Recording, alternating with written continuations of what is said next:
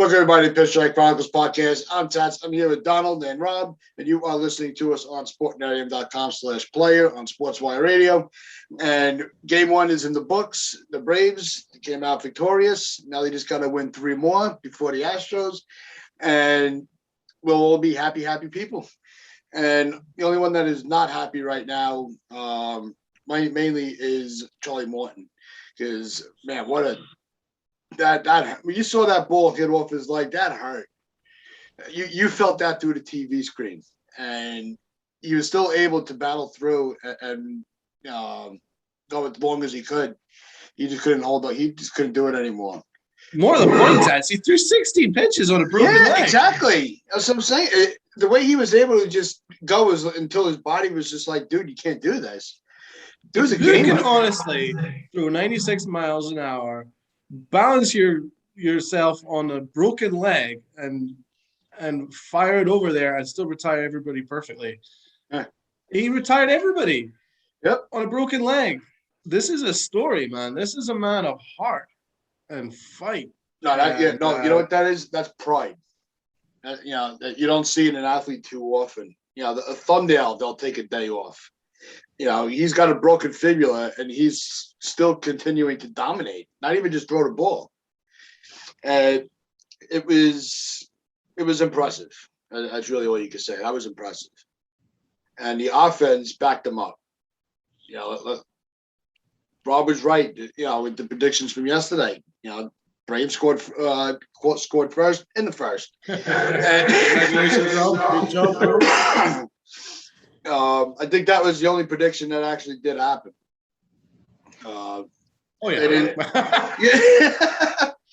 So, but that's the Braves retire the most came in out order? with a W. That's all I care about. Just keep winning. Tats, did the Braves retire the most in order? That was another prediction. You know what? I think they did. I gotta double check the box score. Pretty sure they did. All right, so we got 2 predictions right, and pretty much you know what it is? Every player that we mentioned that was going to have a moment already had to, started contributing right from the get-go in game one. The only one that we didn't think about was Soler hitting the first home run.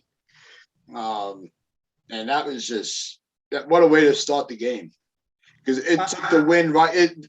That stadium was silent. They didn't know what to do. They were starstruck. I mean, just reading Jeff Passan's article, he's just saying that Morton actually apologized to his teammates that he broke his leg. It's incredible. He actually apologized. Dude broke his leg and still gutted it out and pitched a couple innings. I think he went in, checked. His leg was badly hurt, and he was just like, "Oh well, I'm just gonna patch it up, and here we go." And he went out there, and then broke his leg, but kept pitching. Now, that is amazing. I can't get over enough about that. I mean, that has to inspire his teammates to go and do the job for him the rest of the series. But it is a loss. It is a big loss. He is their ace. It does. He is the heart of their. It does disrupt the flow of the rest of the series, because now you have another hole in your rotation. Yeah. So I had said, we talked yesterday about the bullpen being important. It's going to be very important right now that bullpen stays on. And really, they stuck with the game plan of, if the reliever is pitching well, let him pitch. That formula, it's working for them. You saw it last night again. It worked for them. The Braves did everything right yesterday. They really did. They were able to shut down that offense, the Astros offense, especially in the late innings. They killed the rallies. That bases loaded early in the game. It was kind of like, here we go. You were just waiting for the Astros to get that big hit, and it was shut down. Well, that goes back to the clutch thing we were talking about yesterday. The Braves bullpen came up clutch. You got to give them credit for it. To get Altuve to pop out with the bases loaded, that's a situation where Altuve comes through like 70% of the time at least. He's going to get either a hit or a grand slam. We've seen him do things like that against us in big big chances all the time. So to get him out on the first pitch, I think it was, to pop out to the pitcher, that's big. Can they do it for the rest of the series?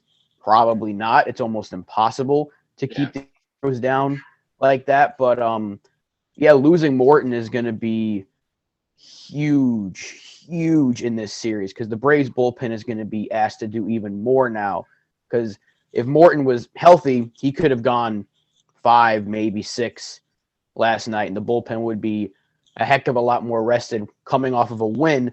Now you're really going to see Snitker. He's going to have to buckle down. We're going to see this management really come into play. We're going to see this bullpen, what this bullpen is really made of. If they can do it again tonight, then you got to think the Braves are in total control of the series. But that's a tough ask, to ask the bullpen to do it again, especially on the road when, now you got the Astros teetering towards the ropes. They're not on the ropes. It's just the first game, but they're teetering towards the ropes. Yeah, and I think it was on Houston, on the Astros radio broadcast, they were saying that the Astros haven't won game 1 of a World Series, to this point. So this was also mentioned early on in the broadcast. So they're like, almost like telling the fans, don't panic just yet because they don't have a good history in game 1. But it doesn't mean that this offense can't just pick it up in the next couple of games. So for the Astros to get back in this is not out of, it's a very, very high possibility. They're not let's not act like the Astros are going to get swept because the Braves have won, a great game 1. So especially now with let's go back to Morton. Without him in that rotation and all the pressure now being put on the bullpen to pick up some of the pieces and the other rotation arms, let's just hope that this gives them positive momentum and doesn't just completely shut the team down. So tonight is a key game. They have to come out swinging again. Yeah, the Braves rely heavily on Madzek and Smith. Yeah. No, Madzek gave up a run yesterday. Smith was lights out. They're going to have to really rely heavily on Madzek, Smith. They used Minter for like 2 2/3 innings yesterday. They're going to have to lean heavily on these guys over the course of a whole series. It's a tough ask, as Rob says. But on a positive note for the Braves, just look at up and down the order, man. Their entire, everybody contributed. Everybody got a hit, which is absolutely incredible. Right down to Swanson, Peterson, Darno, Duvall, Rosario, Riley, Albiz, Freeman, Soler got 2 hits. So everybody contributed right up and down the order. They can score in bunches, this Braves team. Yeah, and exactly. Let's also not forget the speed that they implemented. I mean, Albie's just hustling everywhere and really disrupting the defense a little bit, where the defense looked a little shady at some points because they're watching Albie's, race down the line like Usain Bolt and, legging out these infield hits, forcing the Astros to make, sloppy defensive plays, offline throws. The Braves have the formula to really take the series whichever way they want. So it's just a matter of can the pitching hold back the Astros offense enough to let these bats do their job. And that's the fun of competition, is who's going to be able to get the upper hand. And we saw yesterday the Braves had the upper hand to start. Yeah, and scoring 6 runs a game will certainly help you if your bullpen needs a little bit of a rest. But holding the Astros off every game is gonna be difficult. So you can score 6 tonight and still lose. The Astros can easily put up an 8 spot. That's how good they are. But yeah, this series is going to be very interesting now because you really have to see the bullpen for both sides. The Astros pitching has to be better too. I mean, they gave the ball to Valdez and he didn't really Just have didn't it. have it. Yeah. Yeah, Braves scored early and often, and that was really what set the table for them. So if they do that again tonight against or Kitty or Quiddy, whoever, I don't know how you say his name, but he's getting the ball tonight. This is potentially the biggest game of the season for them because if they go down 0-2 going back to Atlanta, then you're in trouble. You're in a lot of trouble. Yeah. So obviously every game's a must win. It's the World Series, but Houston, like I said, they're not on the ropes yet, but they're teetering. And if they get beat tonight, then you're on the ropes, down 0-2 going to Atlanta, to the National League with those stupid rules. So yeah, you're in trouble if you lose tonight. Yeah, but Joe Torre always believed in Game 3. Game 3 was a big thing. He always trusted in that. I remember the very, very legendary conversation he had with George Steinbrenner when we went 2-0 down. Well, we actually lost the first game in Atlanta. He was like, well, we'll lose the next game too, but we're going to go back and we're going to win the next 4. So, but it is different in this occasion because it'll be going to the National League ballpark. So that is possibly a factor there. But to be honest, momentum is always the next day's starting pitcher. So, at the moment, the momentum is with the Braves, but we don't know what that Charlie Morton issue could be going forward, whether that's going to really affect the bullpen moving forward. But so far, so good. But you know what? I think it's going to be a hell of a series. This is going to go long, man. This is not going to be sorted out in 4. This is going to go 6 or 7. And there's going to be a lot of games where the Astros are going to hit the crap out of the ball. So Yeah. This is going to be a long series. It's going to be exciting. No, it wouldn't surprise me if the Astros offense put the game, tonight plays the game that the Braves did yesterday. Is they did have a lot of traffic, and they only had the 2 runs on 8 hits, so they left runners on, as did the Braves. But if the Astros tighten up the defense, they could probably put a little more pressure on the Braves to see if they kind of slip a little bit. So I thought it was a very entertaining game. I thought it, and it wasn't just because the Braves were winning. I thought it was a really played game on both sides.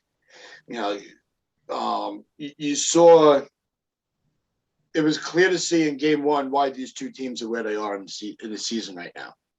It just was obvious. Did you guys sleep on the Braves? Because I did. I don't know if I would say I slept on them. I would say with Acuna, it seemed possible, but I didn't think it was likely. So that's how I would analyze that, break it down for myself. Yeah, when you lose a guy like that, it's obviously that's your best player. He's one of the best. Like us losing Judge. Yeah, but obviously, if we lost Judge, we wouldn't have sniffed the playoffs. Whereas the Braves won the division. They're a much better team. Let's not dismiss the Braves' trade deadline. Also, they did. Well, that's what I was about to mention. They made a lot of good moves that paid off. People didn't really look at them as like groundbreaking trades. Peterson's a good player, Duvall's a good player, but no one's like, oh, those are earth-shattering moves, and they turned out to be earth-shattering moves because they've both been so big to them getting there. So I've said it before, you got to give them so much credit, especially with the NL East was always wide open. That division, the Mets had at first place for like 100 days and then blew it, so good for them. The Phillies, everyone's favorite manager, Mr. Overrated himself, couldn't manage them to a division title, and they have a pretty loaded roster, but give the Braves credit, man. I definitely would say I slept on them. I didn't think they had a shot when they lost to Acuna. Didn't think they had a shot. I thought there was the Mets or Phillies division, and they just kept on winning. I think they had the best record in the second half of baseball, or one of the best. It was you got to tip their cap to them. And I think they were the hottest team in baseball. Yeah, they had like 50 some odd wins. They were around 500, I think, like in some point in August, and then they just shot up. And the rest of the division, or at least the 2 teams ahead of them at the time, just didn't really get it going. You know, it was a dogfight between them and the Phillies till the end, but you know, the Braves came out on top and they rode that momentum. You know, getting past Milwaukee, people don't talk about that enough because Milwaukee was looking like a team to beat. Everyone was talking about Milwaukee. I thought Milwaukee was going to come out. Everyone was like, "Oh, the NL West, it's going to be an NL West team," but Milwaukee had a really good year that people didn't really talk about because the West was such a heavy division. And then they got past them almost easily, it seemed. And they get past the Dodgers, which I didn't give them a shot to beat the Dodgers. So if they win this series, I won't be surprised one bit because that's just what they've been doing all year. If you give them an ounce of doubt, they're going to be like, well, we're going to shut you up. That's what the Braves have done.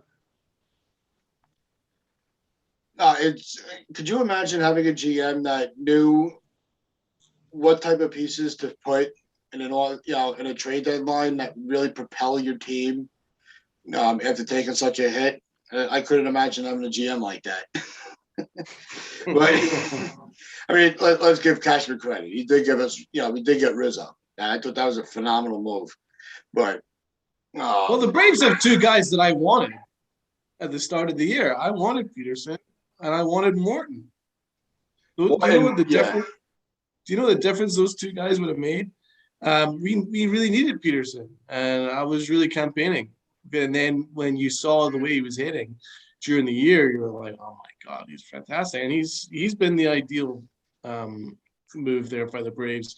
And Morton, we could have had on a discount.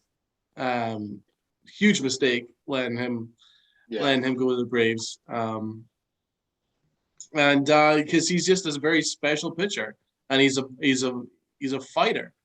I mean, so we really could have done with those guys. But back to the World Series, what's the keys for Game 2, guys? Pitching. Yeah. Pitching for both sides. Astros need Urquidy to come out and just shut the Braves down, which is difficult, but if he can do that, if he can save this bullpen with, I think there's a day off tomorrow, then they go back to Atlanta. That is key right there. They need him to shut it down tonight because the Astros pitching was always going to be a question mark coming into the series with McCullers hurt.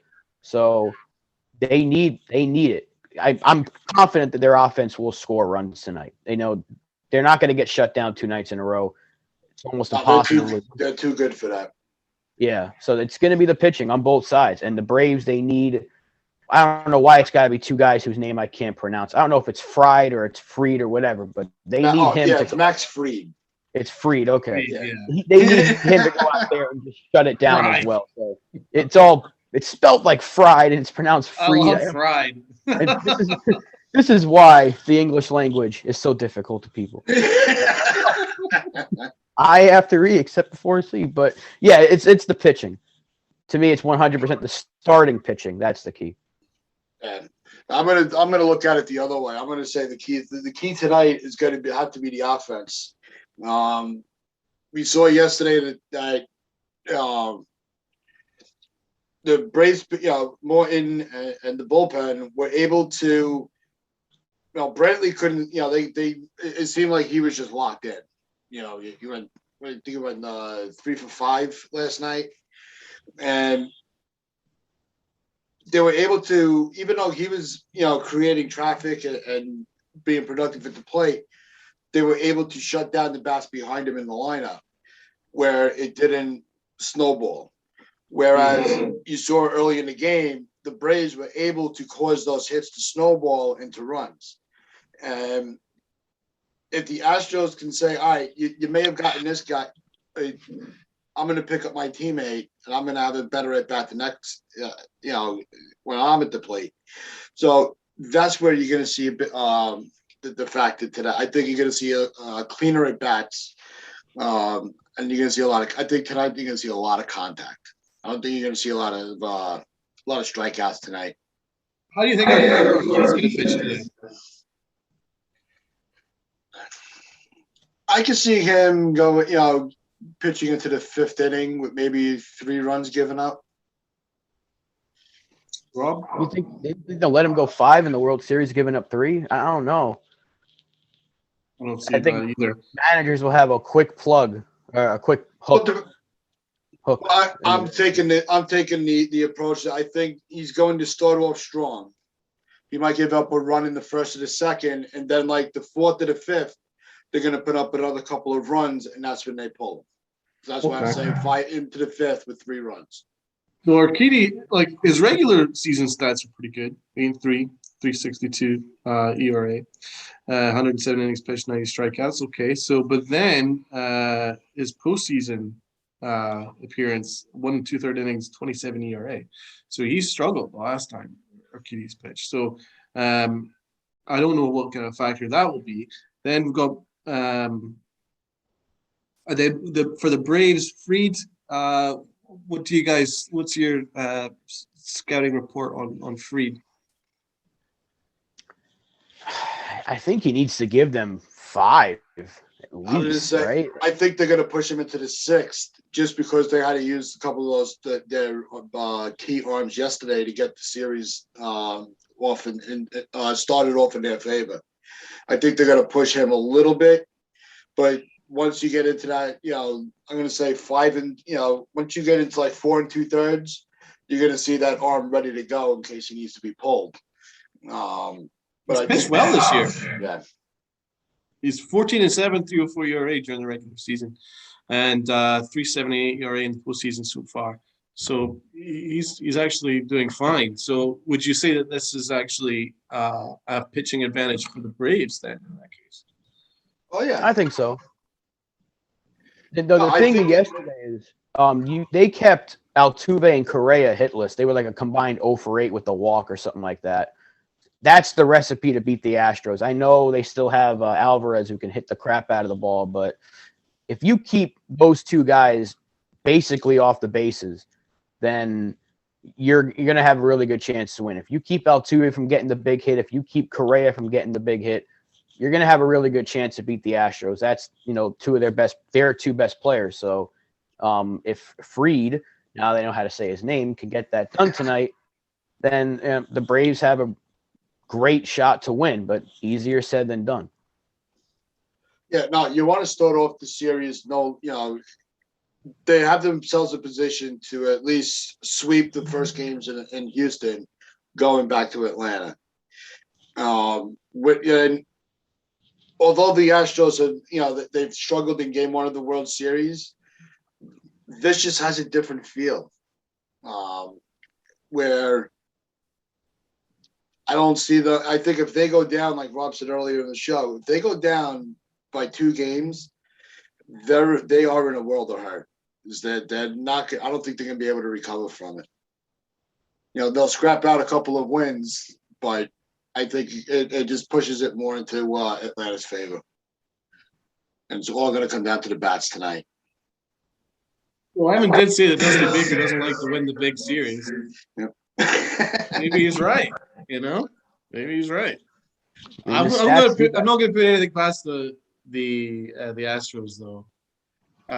They're here for a reason, man. So they're a legit team, and any game they could just break out. So, but we'll see, man. I mean, if the Braves win this, then I agree. I think the Braves are the favorites to win the World Series.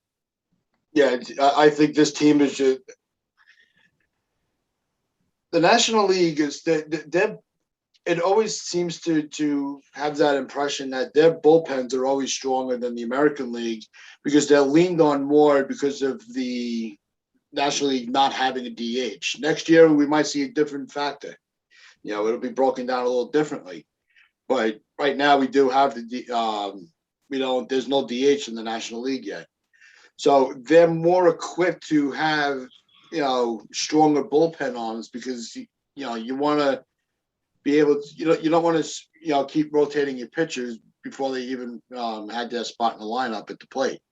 That's usually when you start to see them start to cycle through. So they're used to maybe going an inning or 2 as opposed to with the American League where they pitch 1 and done. I think that gives the strength to their bullpen. Yeah, the National League sucks. I hate the National League rules. If it's gone next year, that's the one thing I want out of the CBA more than anything is get the DH. freaking DH to the National League. So sick of this watching a pitcher hit. Yeah, they might run into one here and there. Oh, Madison Bumgarner can hit a home run. And it was fun when Cologne did it, but it's not happening. It's almost automatically an out every time. It's annoying. It's not fun. And I'm still salty about what happened 12 years ago, whatever it was, with Chien-Ming Wang. So screw the National League. Yep. Tanaka getting hurt. Yeah, and it's just I understand. That's the way that the game was written, and you do have the purists, and I'm kind of I do lean more towards the purity of the game or the way it was, as opposed to really strictly being a numbers game and not so much athleticism. So I do see where a lot of people do want to hold on to the National League rule, and I get it. They make they make their points. Most of the time they do it well, but it's just time to have everybody on the same playing field. It is. You're right. I mean, listen, I would maybe lean towards having this kind of difference maybe 10 years ago, maybe more than 10 years ago, 10, 15 years ago. I still quite liked having the whole American National League thing. But now that you got pitchers that are so valuable, their arms are so valuable, why would you risk that by having them possibly get hurt running the bases? Well, it just can't happen. I mean, there's no point. Like, for instance, we've invested $330 million on Garrett Cole, and then you risk him going to a National League ballpark and then possibly running from first to second. He pulls a hamstring and he's done. You can't have that anymore. That it needs to stop, and that's why it has to stop after the CBA. It's just that there's just no way to justify it anymore. Plus, the American League and the National League play each other quite often now. They play each other almost quite regularly. During the summer, it's less of a kind of a unique experience where it was maybe 10, 15 years ago, where it was like a bigger deal when an American League team played a National League team or whatever. It's not like that anymore. It's not fairly regularly during the year. We play the Mets fairly often. So I would just say, let's just get a level playing field, and then let's just get everybody singing off the same hymn sheet. Yeah. Yeah. Why does baseball have to be the only sport that has that? Like, you don't see the NBA, the Eastern Conference and the Western Conference don't have a different shot clock, or the AFC and the NFC don't have, further end zones or some nonsense. But in baseball, you have to have two different leagues. One has a pitcher hit, the other one doesn't. Baseball is always trying to be different, and I think it's time. Get rid of it. But was it back when they implemented it to the American League? The National League was almost on the verge of doing the same thing. And I think the story is that the commissioner couldn't reach the owner of the Phillies on his boat or something like that. So they couldn't get the vote in on time. And was that you? Was that you, Tats? Maybe. Believe me, if I was the owner of the Phillies. Well, were you fishing with the owner of the Phillies? Maybe it was your fault, man. Maybe there was no reception out on the water. No, he told him don't answer the phone. He said, "Don't answer that. Don't answer that." Fish on. What phone? Oh. It's all your fault. God damn it, Tats. That's it. Everything's my fault. I'm used to it. But no, if you go back, I'll try to put something together, because last offseason we had a really good discussion about the MLB rules and what changes needed to be made. So I'll have to put something together for some of our newer audience to listen to or watch, because it was one of the main points that was used for having the universal DH, like Donald started to say before. Pitchers are making, they're such a high commodity and they're a big financial investment. You're paying them to throw the ball. That's what they're making their money for. They're not making their money because they swing the bat. So that was our argument for having the universal DH. But we went into it in a lot more detail and we also broke down some of the other rules and changes that could be made. And so, well, I'll try to get that together in the next couple of days for everybody. But what's the real quick before we sign off? Final score prediction, Donald. 5-3, and it's going to be in favor of. Oh, it's gonna go with the Braves. 5-3 Braves. Man. I know I've said the Astros are going to be on the ropes if they lose this game, but I think the Astros are coming out angry tonight. I think they're going to win this one 7-2. Actually, I think it's good. I also think the Astros are coming out on top. I think it's going to be 7-6, and I think we're seeing a walk-off tonight. It's going to be Altuve. You're having a walk-off? I'm having tonight a walk-off. So who had Soler being the key to the World Series so far? Nobody. Don't take our predictions with too much. Take it with a grain of salt, guys. Did anybody even have him batting leadoff? No, I didn't realize he was batting lead. That was gonna be Rosario, right? I forgot they activated him for the series. I think he just got healthy, like perfect timing too. Imagine that, his first at bat, clanks one out of there. That's baseball, Susan. Yeah. It really that was. Let's also mention that it was also the first time in the World Series that a team scored in the first, second, and third inning. And so that's an is that a new record? That is a record. That's never been done before in a World Series. That's scoring impressive. in the first 3 innings. Wow. We've already seen history. We've seen a pitcher pitch with a broken leg for about 2 innings. The DH leading off the game with a home run. There we go. Yeah, when that went, God, I was like, oh, well, that screwed your prediction there, Donald. I had the second inning. So. Who had the first? Rob had the first. So yeah. Rob definitely gets the dub. Rob, you're carrying the dub, bro. Thank you. Yeah, I'll take it because I've been wrong about everything else this postseason. So, no, my dumbass, like, I take Garrett Cole over anybody in a 1-game playoff. Everything else I've said. I'll take the L's for that. So I'll take this W. If it's my only one this whole series, I'll take it. Can't be as bad as me with trivia. Don't worry about it. Right, your famous trivia. You gotta get that back for our new viewers. You guys, you guys are in for a treat when Tats is asked to answer questions. Yeah, believe me, if it came down to my life or getting a trivia question right, it was nice knowing you all. He's been considerably better since the trivia has ended. Since the season came to an end, Tats has been on a roll. But once we get trivia back, you'll see good old Bobby Tats, who's celebrating a birthday tomorrow. So, early happy birthday to you, Mr. How old Tats. are you going to be tomorrow? Is it 70, 75? Huh? 77?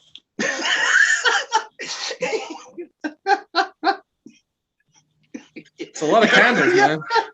You're right. It's a lot of freaking candles, bro. Almost took a drink as you said that. No, I will actually be 42 tomorrow. 42. That is terrifying because you're only like 6 years older than me. All right, that's going to wrap things up for us today. Just remember, like, share, comment, and subscribe. Check out our social media links in the description. Where your pinstripes for pride and play hard. Go Braves.